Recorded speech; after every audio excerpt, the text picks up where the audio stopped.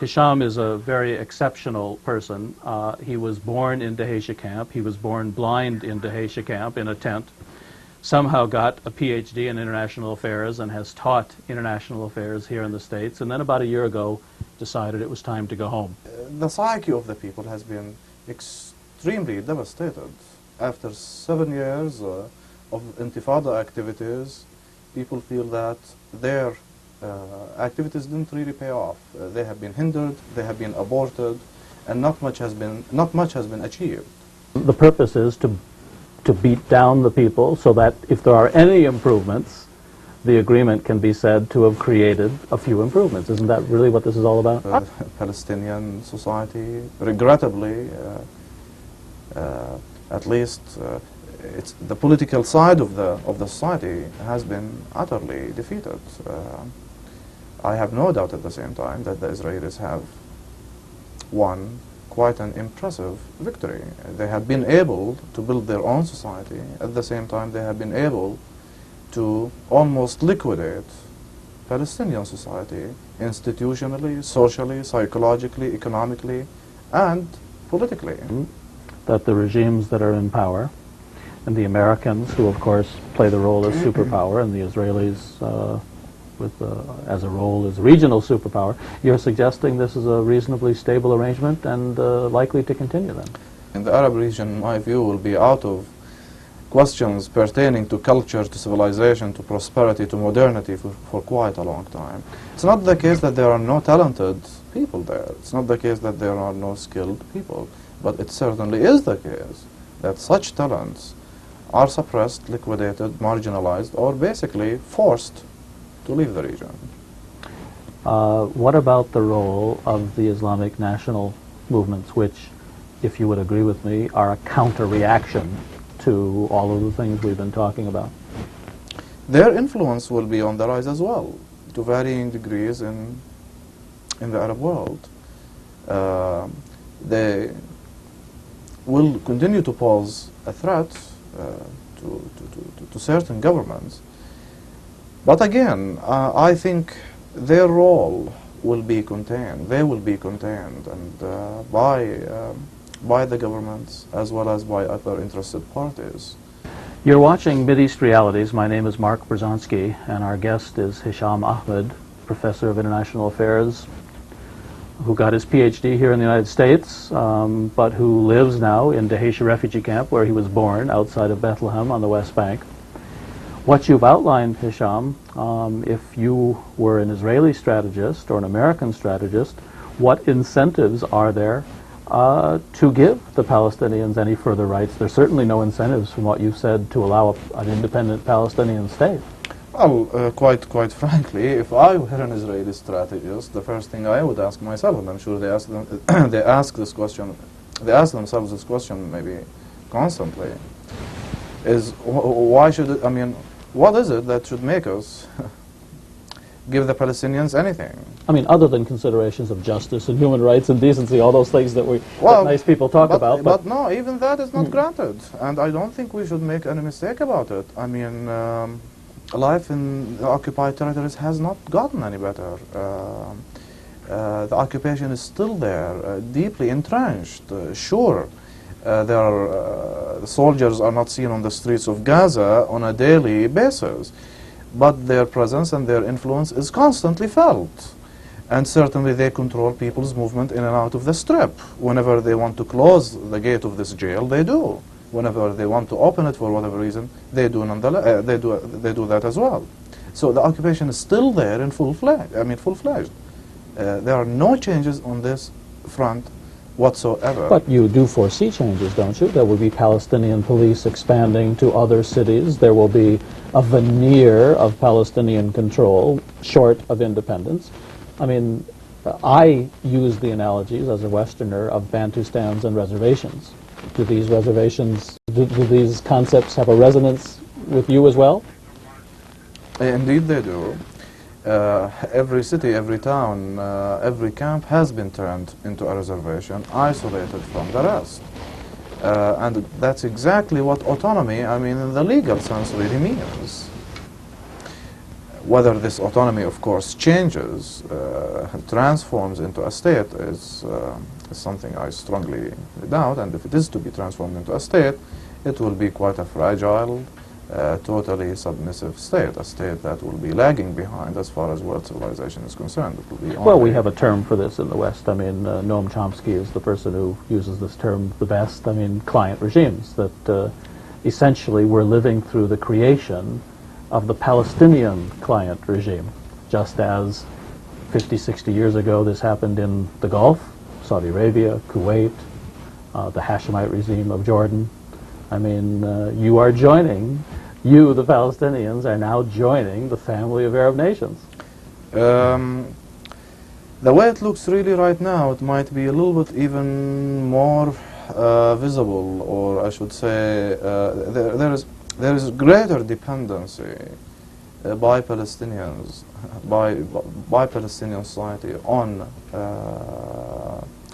let's say, on foreign aid, more so than most other Arab countries, simply because of the nature of Palestinian dispersal, the composition of the leadership, the makeup of the organization, the nature of the political structure of the movement, I mean, of the society in its entirety.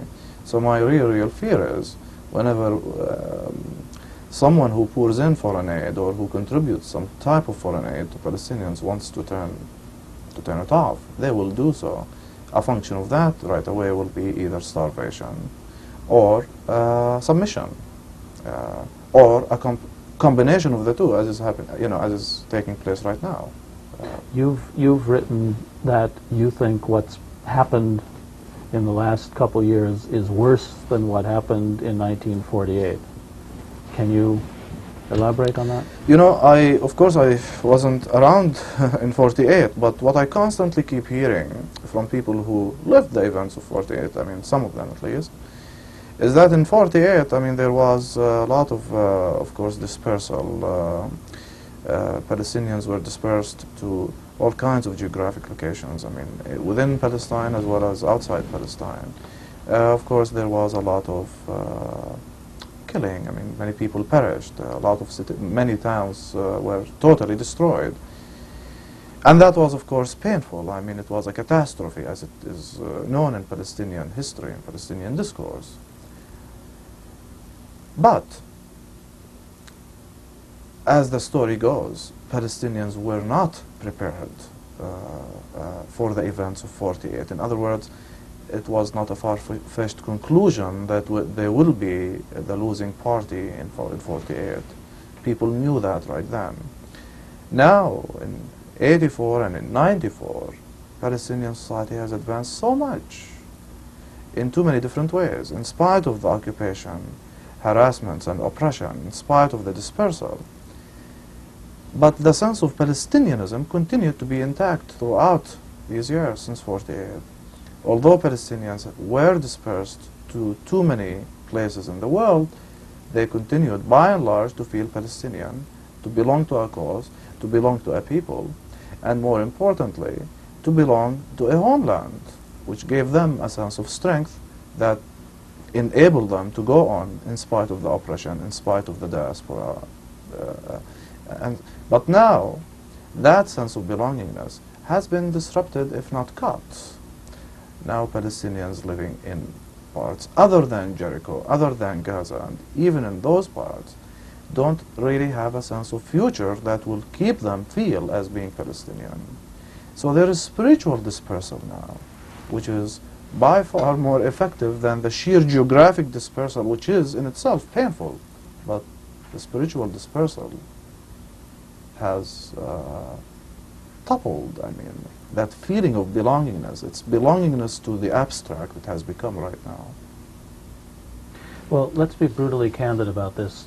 America got concerned about the Palestinians because in the 60s and 70s there was terrorism. There were airplane hijackings, there were people being shot, there were airports being attacked, and there was this Palestinian cause, and the world took notice. Under the new conditions of the New World Order, with problems in Bosnia and Korea and all over, not to mention the American streets, where we have probably more shootings in Washington every weekend than you have in Palestine. Why should Americans be concerned with this anymore? I think they simply really won't. I didn't ask if they will or won't. I asked why should they be? Well, the problem is that I feel that they really won't be concerned. They should be concerned, of course, because they have been, at least as far as the totality of the system is concerned, they have been a part and parcel of the conflict. The United States, its various subsequent governments have contributed to the deepening of Palestinian miseries and suffering by allying themselves, of course, with the adversary of the Palestinian people, and that in itself, of course, should be, that role itself should be reversed. I'm not too optimistic that it will be reversed, but other than moral concerns, you don't have an answer to the question. that is correct.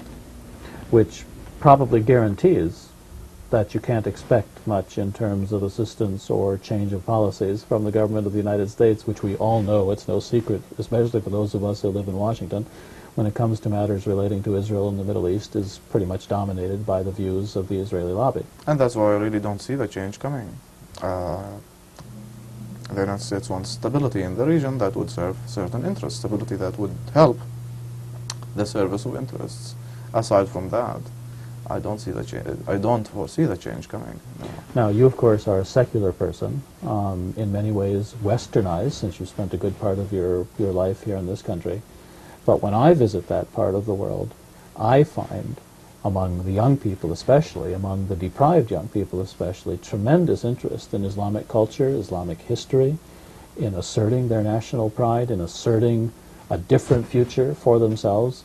You don't seem very optimistic at all that those forces are going to play any significant role. Well, maybe it's because I don't want that to be the case.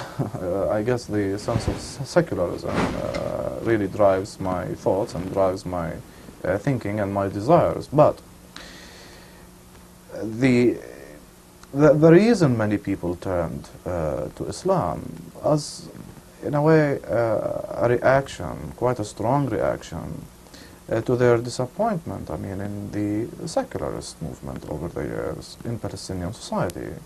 Throughout the 70s, throughout the 80s, the secularists dominated the society politically and socially, and certainly people expected some results.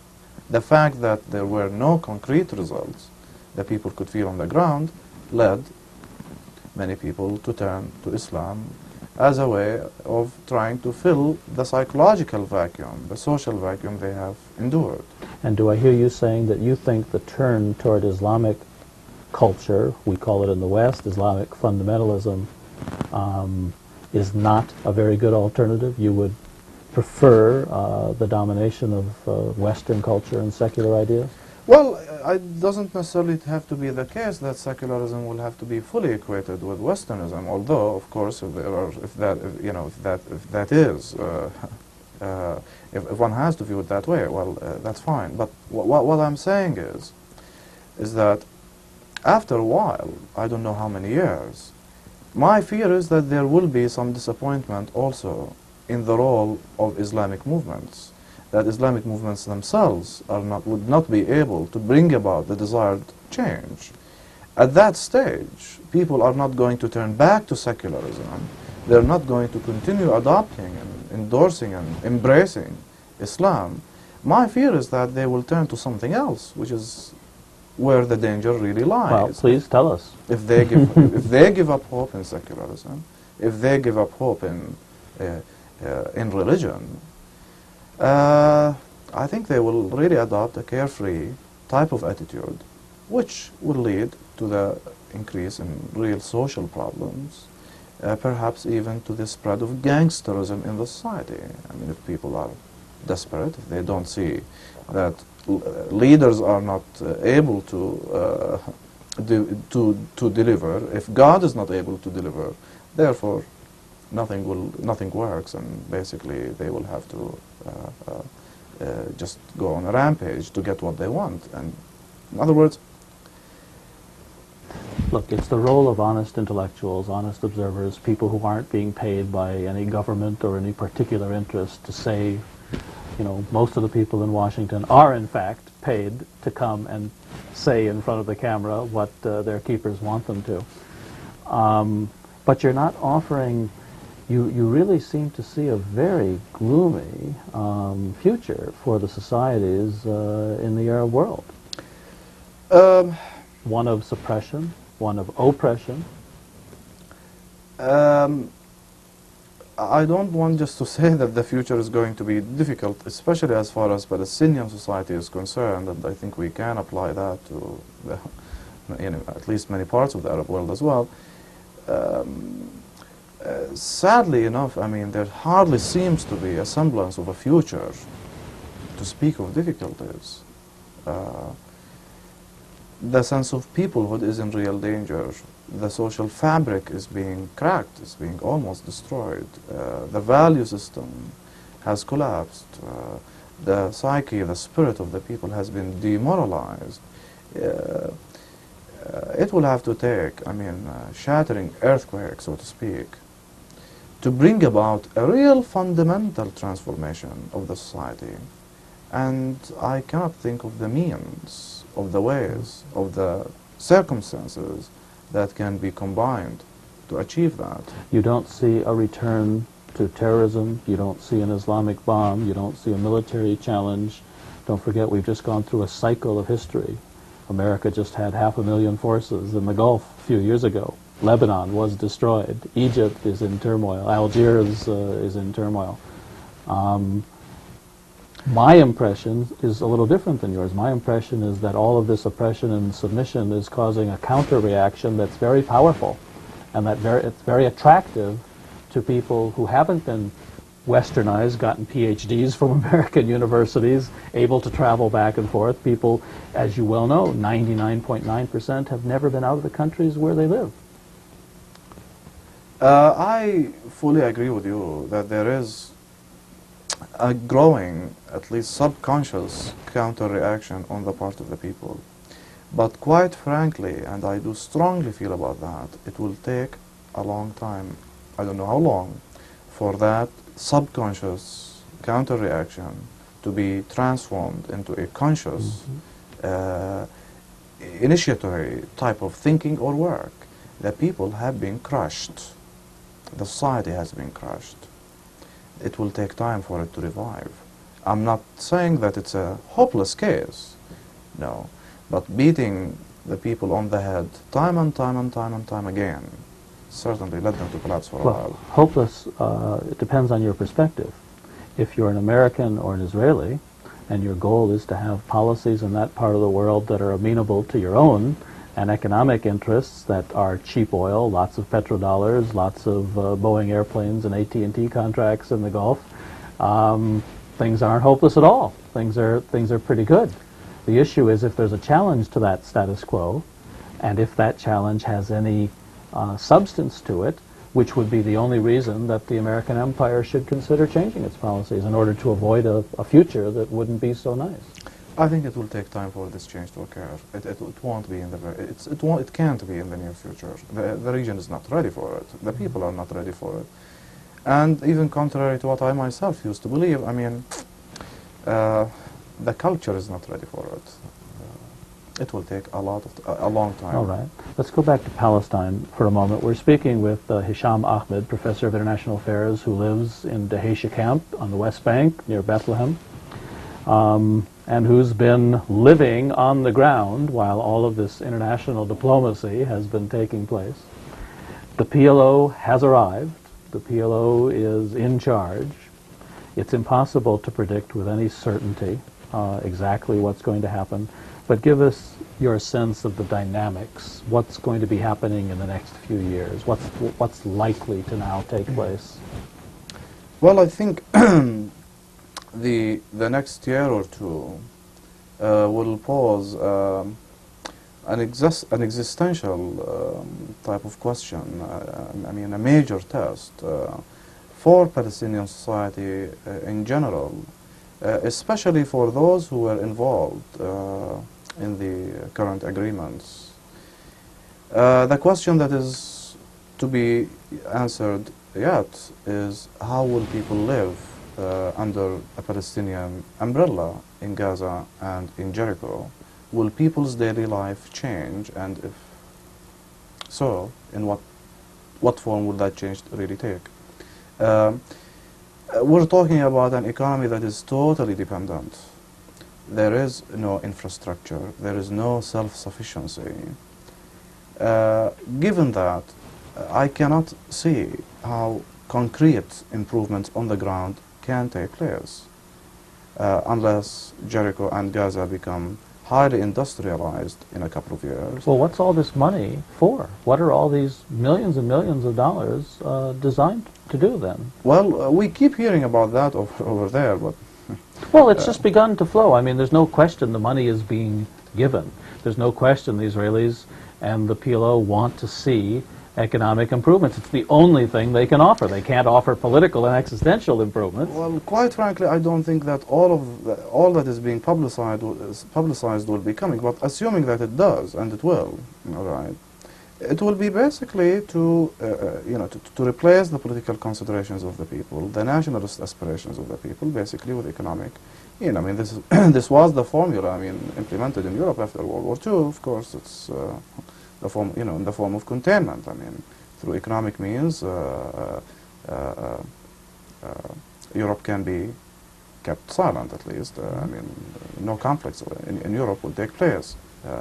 It's a form of containment. But, Jericho and Gaza are not Europe.